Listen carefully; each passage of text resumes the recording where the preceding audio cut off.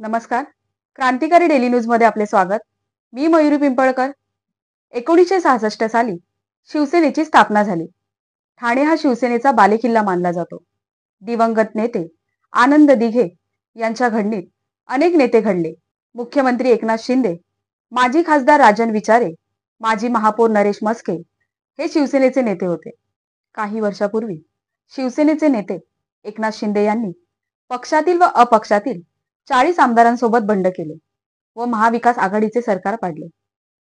देशातील 5व्या टप्प्याचं मतदान पूर्ण झालं असून ठाणे लोकसभा मतदारसंघात 52.9% मतदान झालं.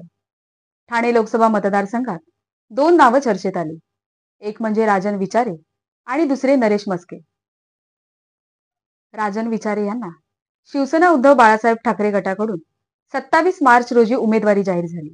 राजन विचारे यांनी 29 एप्रिलला त्यांचा उमेदवारी अर्ज दाखल केला.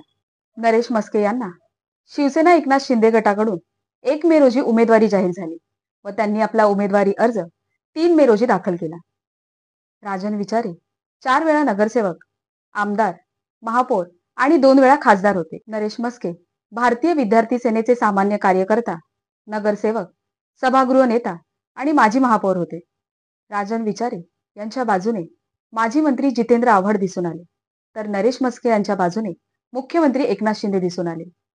राजन विचारे यांच्या प्रचार सभा व रॅलीमध्ये जितेंद्र आव्हाड, उद्धव ठाकरे यांची उपस्थिती होती. नरेश मस्के यांच्या प्रचार सभा व रॅलीमध्ये मुख्यमंत्री एकनाथ शिंदे, उपमुख्यमंत्री देवेंद्र फडणवीस यांची उपस्थिती होती. राजन विचारे आणि नरेश मस्के नेहमीच एकमेकांसमोर शाब्दिक टीका करताना दिसतात. आता दोन्ही उमेदवार थेट एकमेकांसमोर लोकसभेची निवडणूक लढत आहेत. ठाणेकरांच्या मनातील गेम चेंजर कोण ठरणार याकडे अख्ख्या महाराष्ट्राचं लक्ष आहे.